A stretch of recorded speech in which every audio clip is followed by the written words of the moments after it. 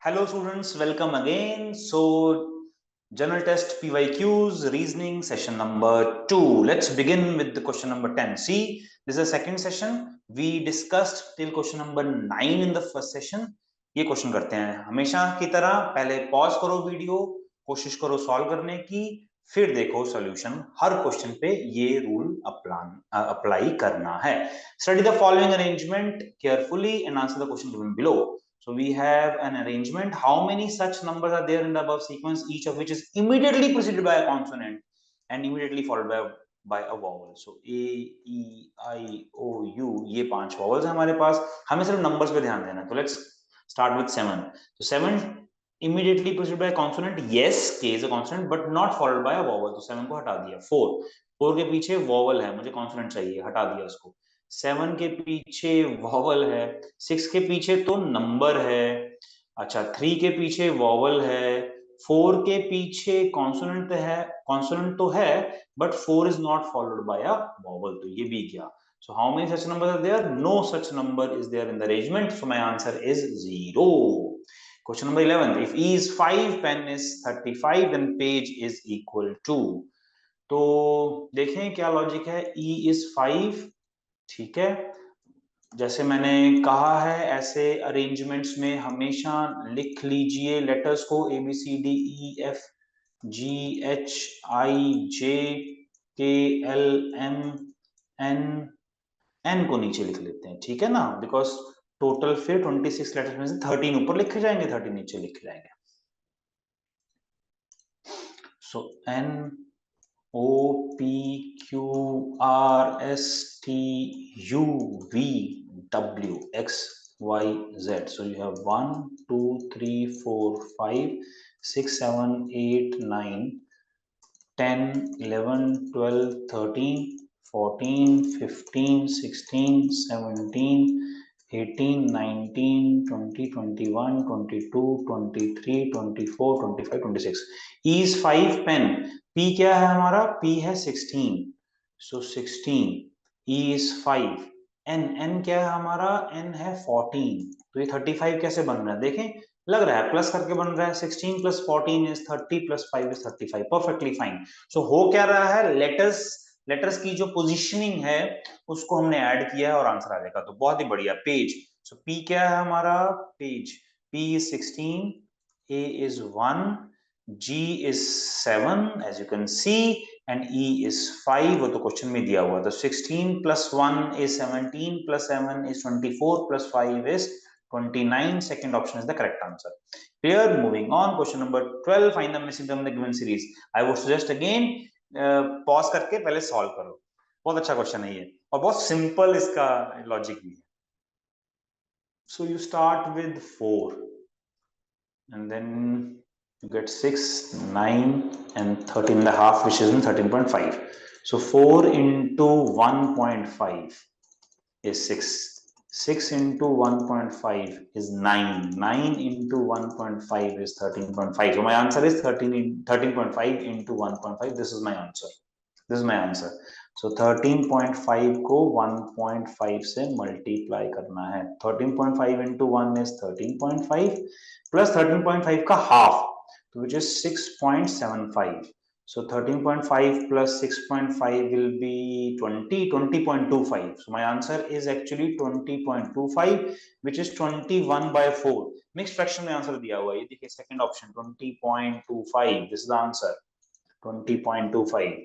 So 13.5, 6.75, 20.25, which in mixed fraction is 21 by 4. Very easy question, but हाँ अगर एक click नहीं करता है तो फिर नहीं करता है. Complete the figure matrix. अब आप ऑब्जर्व करिए इसको किससे रिप्लेस करें. देखिए इस इमेज का मिरर इमेज ये तो समझ में आ रहा है. तो सेकंड ऑप्शन को तो पहले ही रूल आउट कर देते हैं और फोर्थ ऑप्शन को भी रूल आउट कर ही देते हैं. ये तो नहीं लग रहे हैं. फिर ए, तो यहां पर और यहां पर बिल्कुल यहां पर जुड़ा हुआ है, तो ये होना चाहिए. ये नहीं हो सकता. देखो फर्स्ट ऑप्शन नहीं हो सकता बिकॉज ये यहां पर नीचे जुड़ा होना चाहिए. तो ये ऑप्शन है थर्ड. बिल्कुल ठीक है, थर्ड ऑप्शन. ये देखिए, ये देखिए, और ये बिल्कुल मिड में है और ये मिड में नहीं है. ये भी मिड में नहीं है, ये भी मिड में नहीं है, और यहाँ पर मिड में है, यहाँ पर जुड़ा हुआ है, यहाँ पर ये बिल्कुल इक्वली प्लेस्ड है, तो ये ऑप्शन नहीं हो सकता। तो ये ठीक है, third option is the correct answer, यही यहाँ पर आके फिट हो जाएगा। Clear? 14, find the odd pair out. Pause करके सॉल्व करिएगा। सो 11 का स्क्वायर होता है 121, और 121 में 4 ऐड करोगे तो 125, ये लॉजिक अभी देखा है।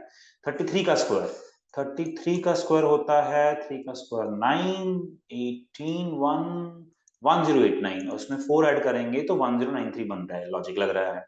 35 का स्क्वायर, 5 का स्क्वायर 25, 3 4 12, 35 का स्क्वायर इज 1225, इसमें हमें 4 ऐड करना है तो 1229, बिल्कुल ठीक है।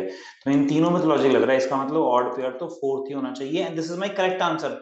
ऑड पेयर फोर्थ है, लेकिन मेरा आंसर ऑब्वियसली फोर्थ ऑप्शन, तो फोर्थ ऑप्शन मार्क करेंगे। देख लो आप, 17 का स्क्वायर इज 289, 289 में 4 ऐड करेंगे तो 293 बनता है, और यहाँ पर 295 है, तो ये हमारा फोर्थ ऑप्शन ऑड है।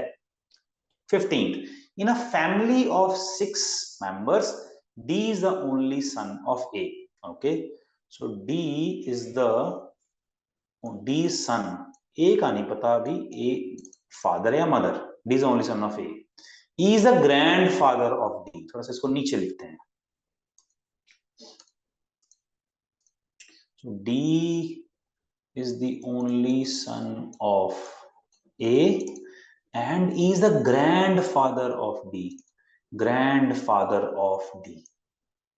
अब वो ए के भी फादर हो सकते हैं, पैटर्नल ग्रैंडफादर भी हो सकते हैं, मैटरनल भी हो सकते हैं। अगर ए मदर है तो ई नाना हो सकते हैं, और अगर ए फादर है तो ई दादा हो सकते हैं, तो कुछ नहीं कह सकते अभी। Okay, is the grandfather of D. B is the daughter in law of C. B is the daughter in law of C, तो इसको अलग से लिख लेता हूँ, बिकॉज अभी कहीं फिट करना समझ में नहीं आ रहा है, क्योंकि दो अलग से एक ट्री बन रहे हैं। B is daughter in law of C, तो सी की daughter in law, that means C का सन है, उसकी वाइफ बी है, so B is the daughter in law of C. ठीक है। F is the uncle of D. F is the uncle of D. अब F uncle है D के, तो चाचा हो सकते हैं, मामा हो सकते हैं, मौसा हो सकते हैं, फूफा हो सकते हैं, किसी भी तरीके से रिलेशनशिप हो सकता है। सी इज वाइफ ऑफ ए, यहां से ये जुड़ जाएगा, सी इज वाइफ ऑफ ए, बहुत बढ़िया। तो सी वाइफ है, सी वाइफ है। D is the only son of, तो ए इज हस्बैंड, तो सी इज वाइफ, तो इसका मतलब यहां पे डी आ जाएगा, तो ये डी यहां पर आ जाएगा। तो फैमिली ट्री कुछ ऐसा दिख रहा है। ई इज द ग्रैंडफादर, ठीक है। ए और सी मैरिड हैं, इनका ओनली सन डी, और B is the wife of D, and F uncle है। अब ई ग्रैंडफादर ए के भी फादर हो सकते हैं, सी के भी हो सकते हैं, और एफ ए का भाई भी हो सकता है, सी का भाई, अंकल है तो ऑब्वियसली मेल है, ए का भाई भी हो सकता है, सी का भी हो सकता है, ए का कोई सिस्टर या ब्रदर हो सकता है, सी का ब्रदर सिस्टर हो सकता है, अगर सिस्टर का हस्बैंड भी हो सकता है F. So many combination there. Let's see the question, what is the relationship of B with D. B with D, ये तो बहुत सिंपल है, डायरेक्ट समझ में आ रहा है। B is wife of D, B is wife of D. चलिए, खत्म हो गया क्वेश्चन, ठीक है। तो इस तरीके से आप ब्लड रिलेशन क्वेश्चंस भी देखने को पाए गए हैं, और सॉल्व करना चाहिए रीजनिंग बेस्ड। चलिए, अब ये अरेंजमेंट आ गया, circular arrangement. 8 persons A B C D E F G H are sitting around a circular table. तो not necessarily in the same order. 3 of them are facing outwards while 5 are facing towards the center. तो एक circular table है, 8 लोग हैं, 1 2 3 4 5 6 7 8, 3 outward और 5 towards the centre, तो ये centre है। चलिए, पहला कंडीशन देखते हैं। E is third to the right of C, तो लेट्स से C को यहां फिक्स करते हैं। अब हमें नहीं पता C सेंटर की तरफ देख रहा है या बाहर, तो दो केसेस बना लेते हैं, कोई टेंशन नहीं है। Let's make 2 cases. हो सकता है और केसेस भी बनाने पड़े, but let's first figure it out 2 cases में। और C का हमें नहीं पता है कि वो अंदर देख रहा है बाहर। लेट्स से इस केस में C अंदर और इस केस में C बाहर। E is the third to the right of C, तो अब ये ऑब्जर्व करिए, तो इस केस में this is the right of C, this is the left. इस केस में ये राइट है और ये लेफ्ट है, तो उस हिसाब से कंडीशंस क्रिएट कर देते हैं। तो E third to the right, so 1 2 3 यहां पर ई, और इस केस में राइट 1 2 3 यहां, तो दो केसेस हमने बना लिए। चलिए आगे, F is sitting third to the left of E, F is sitting third to the left of E. अब पता नहीं ई अंदर दिख रहा है या बाहर, देखते हैं, let's try to figure it out. तो अगर ई अंदर देख रहा है तो राइट ये है और लेफ्ट ये है, E F is sitting third to the left of E, 1 2 3, but C ने ऑक्यूपाई किया हुआ है, तो इसका मतलब ई अंदर नहीं देख रहा है, इस सिनेरियो में बाहर देख रहा है। E is looking outside, E is looking outside, outside में ये राइट होगा और ये लेफ्ट होगा, तो 1 2 3 F is sitting third to the left of E. इस केस में अगर बाहर देखते हैं तो ये लेफ्ट है, 1 2 3 सी ने ऑक्यूपाई किया हुआ है, तो इस केस में ई अंदर देखेगा। तो सेकंड केस में E will be looking inside, E will be looking inside, और ये लेफ्ट हो जाएगा 1 2 3, तो F is sitting third to the left of E, तो यहां पे एफ हो जाएगा। ठीक है जी, 3 persons are sitting between F and B, F और बी के बीच में 3 लोग हैं, सो 1 2 3, इधर से देख लो चाहे इधर से देखो, क्लॉकवाइज एंटी क्लॉकवाइज कोई फर्क नहीं पड़ेगा, तो बी यहां पर आएगा, इधर भी 1 2 3 1 2 3। ठीक है, एज ऑफ नाउ ये इंफॉर्मेशन है। G is sitting third to the right of F, who is not facing the center. That means G is sitting third to the right of F. F is not facing the center. तो F is not facing the center का मतलब हुआ F outside देख रहा है, F outside देख रहा है दोनों सिनारियों में। G is sitting third to the right of F. तो अगर F outside देख रहा है तो third to the right, तो राइट ये हो गया 1 2 3, लेकिन थर्ड टू द राइट तो E ने ऑक्यूपाई किया हुआ है, इसका मतलब पहला केस नॉट पॉसिबल। ठीक है, अब सेकंड केस देखते हैं। So F is not facing the centre, D sitting third to right, no ये नेक्स्ट लाइन है। So G is sitting third to the right of F, तो यहां पर ये लेफ्ट है और ये राइट है, सो 1 2 3 यहां पर जी है, यहां पर जी है। बहुत बढ़िया, तो ये वाले एरर्स उठा देते हैं ताकि कुछ कंफ्यूजन ना हो। बहुत बढ़िया। So fly is, परेशान कर रही है हाउस फ्लाई। चलिए आगे बढ़ते हैं, तो यहां तक हो गया। So G sitting third to the right of F, ये भी हो गया, who is not facing center। D is sitting third to the right of A, who is not facing the center। तो A is not facing the center और D third to the right है। तो अगर A को मैं यहां करता हूं तो A सेंटर में देख रहा है, बाहर देख रहा है, तो इधर राइट है, सो 1 2 3 बी ऑक्यूपाई किया हुआ है, तो ये पॉसिबल नहीं है ए का। ए सेंटर पिन देख रहा है, राइट इसका ये है 1 2 3, सी ऑक्यूपाई किया, ये भी पॉसिबल नहीं, तो ए के लिए यही पोजीशन बचती है, ए आउटसाइड देख रहा है, यही पोजीशन बचती है ए के लिए। चलिए, ए के लिए पोजीशन है और D third to the right, तो ए का राइट 1 2 3 यहां पर डी है, और कौन बचा, A B C D E F G, तो एच यहां पर आ गया। अब अगर आप देखोगे आउटसाइड देखने वाले कौन है, 3 हैं फेसिंग आउटसाइड, तो उसमें से एक ए है, एक एफ है और एक सी है। दैट मींस बाकी पांचों टुवर्ड्स सेंटर देख रहे हैं, तो हमारा अरेंजमेंट कंप्लीट हो गया, हमारा अरेंजमेंट कंप्लीट हो गया। तो बी इन साइड देख रहा है टुवर्ड्स सेंटर, जी ये सेंटर है, डी बी और एच बी। चलिए, arrangement is complete now. Question is who sits between F and A, F और ए के बीच में कौन है, ऑब्वियसली एफ और ए के बीच में एच है, ये option is the correct answer. Clear.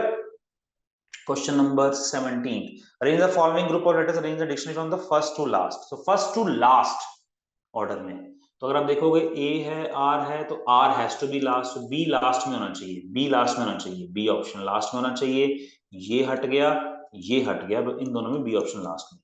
दोनों ऑप्शंस में starts with C A and then D E, तो इसका मतलब डी और ई का ही ऑर्डर मुझे देखना है। देखें डी और ई, तो डी है A N M D O R, E है A N D M O R, तो डी और ई का देखना मुझे। तो ए एन तो डी पहले आएगा, बाद में एम आएगा, तो ए एन डी, दैट मींस ई पहले आएगा उसके बाद डी आएगा, तो E D, ED means third option is the correct answer, second is the wrong answer. Very easy, direct question. 18th, ये ध्यान से समझिएगा. Two positions of a dice are shown below. When there are two dots at the bottom, the number of dots at the top will be. चलिए, यहां पर है 1 dot, यहां पर है 2, यहां पर है 4, यहां पर 1, यहां पर 3 और यहां पर 5. तो 1 यहां पर कॉमन है, तो what will try to do is इसको कॉमन लेके आते हैं किसी पोजीशन पे. तो मैं इस डाई से शुरू करता हूं. तो मेरे पास ये डाई है और मैं ऐसे बनाने की कोशिश करता हूं. तो यहां पर 1 है, ये डाइस है, ठीक है, 1 4 2. अब देखिए, कोई भी अगर आप बनाते हो क्यूब, कोई भी फेस की बात करें तो उसके एडजेसेंट फेसेस कौन कौन से होते हैं. ये एडजेसेंट है, अगर मैं इस फेस की बात करता हूं, ये एडजेसेंट है, ये एडजेसेंट है, ये एडजेसेंट है और ये वाला ऑपोजिट है. तो कोई भी फेस के 4 फेसेस एडजेसेंट होते हैं. तो अगर आप 1 की बात करते हो, 1 फेस की, तो 1 के 2 एडजेसेंट है, 4 एडजेसेंट दिख ही रहा है, 3 एडजेसेंट है, 5 एडजेसेंट है, दिख ही रहा है. इसका मतलब 6 जो है, 6 है वो ऑपोजिट है, 6 ऑपोजिट है. तो 1 के ऑपोजिट 6 है, इसमें तो कोई डाउट है ही नहीं. अब क्या करेंगे हम, इस पोजीशन को ऐसे बनाने की कोशिश करेंगे, 1 को ऊपर लाते हैं, पहले वो करते हैं. और इस वाले सिचुएशन में 3 और 5 विजिबल है, 2 और 4 ऑब्वियसली जो एडजस्टेंट है 1 के साथ, जो एडजस्टेंट है 1 के साथ, यानी कि ये वाला और ये वाला, नॉट दिस वन, वो ऑब्वियसली 2 और 4 में से कोई है, लेकिन किस पोजीशन पे वही देखना है ना, वो विजिबल नहीं है. तो हम ऐसे ही करेंगे, पहले इस डाइस को, ध्यान दीजिए, ध्यान दीजिए, ऑब्जर्व करिएगा मैं कैसे कर रहा हूं, बहुत कंसंट्रेशन के साथ. इस डाइस को इस डायरेक्शन में रोटेट करता हूं, इस वाली डाइस को इस डायरेक्शन में रोटेट करता हूं, इस डायरेक्शन में. तो कैसे बनेगा, 1 आ जाएगा ऊपर, ठीक है, 4 जो आ जाएगा इनविजिबल हो जाएगा, 2 फ्रंट पे रहेगा, 2 फ्रंट पे रहेगा. अब इस पे ध्यान दीजिए, ये कौन सी डाइस है, ऐसी वाली डाइस. ये जो पोजीशन है, ये 1 है, ये 3 है, 5 है, और 2 एडजेसेंट फेसेस इनविजिबल हैं, जो दिख नहीं रहे हैं, जो विजिबल नहीं है, उनमें से ऑब्वियसली 2 और 4 है. अब जो नेक्स्ट स्टेप है वो 2 और 4 को मुझे इनविजिबल करना है, ठीक है, 2 और 4 को इनविजिबल करना है. तो यहां पर 4 इनविजिबल है, इसका मतलब वो कैसे होगा, इस डाइस को मैं इस डायरेक्शन में घुमाऊंगा, ये जो सिचुएशन है ऐसे. तो अब क्या हो जाएगा, तो 1 यहां पर आएगा, 2 यहां पर आएगा, 4 पीछे हो जाएगा, 3 इधर आएगा और 5 इधर आ जाएगा, और नीचे क्या आ जाएगा, 6. तो मेरी सारे दिख गए हैं. So when there are two dots at the bottom, 2 को बॉटम में किया जाए, जब इसको नीचे आएगा तो ऊपर क्या आएगा, ऊपर आएगा 3, ऊपर आएगा 3. Second option is the correct answer, second option is the correct answer. Clear. अच्छा क्वेश्चन है, ध्यान से उसको ऑब्जर्व करिएगा, डाइस बेस्ड क्वेश्चन आते हैं तो टेंशन नहीं होनी चाहिए.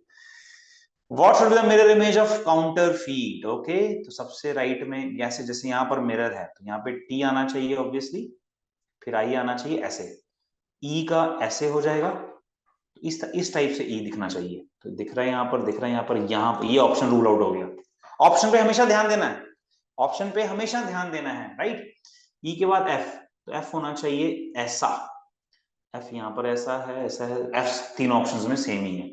R होना चाहिए ऐसा, R ऐसा है, यहां पर देखो ऐसा नहीं, तो ये भी ऑप्शन रूल आउट हो गया. फर्स्ट और फोर्थ रह गया. तो अब कौन सा हमें लेटर देखने की जरूरत है, E T, हाँ ये देखिए, ये देखने की जरूरत है E. नेक्स्ट क्या है, नेक्स्ट है हमारा, ओके ओके, नेक्स्ट हमारा जो है E है, ये हमारा नेक्स्ट E. सो TIEF, TIEF, R भी ठीक है, E जो होना चाहिए ऐसे होना चाहिए, ऐसे होना चाहिए, यस. तो फोर्थ ऑप्शन भी रूल्ड आउट हो गया, E इसमें सीधा ही है. तो answer is first option, yes. E के बाद T N, यस, N ऐसे आ गया, UC बिल्कुल ठीक है, first option is the correct answer. Clear. 20, what would be there at question mark, यहां पर क्या होना चाहिए, तो देखें, 16 into 4 is 64, 25 into 5 is 125. Logic लग रहा है डायरेक्टली, बहुत इजी. तो लेट्स से यहाँ पर x है, तो x into 6 is 216, which means x is 216 by 6. 36 is the correct answer. तो यहाँ पर 36 होना चाहिए। और लॉजिक देखें, 64 into 4 is 256, 125 into 5 is 625, 216 into 6 is 1296। बिल्कुल परफेक्ट लॉजिक है, तो ये आंसर आ जाएगा 36। तो हमने आज 11 क्वेश्चंस कंप्लीट किए 20 तक। Thank you guys, till the next video, stay tuned, bye bye.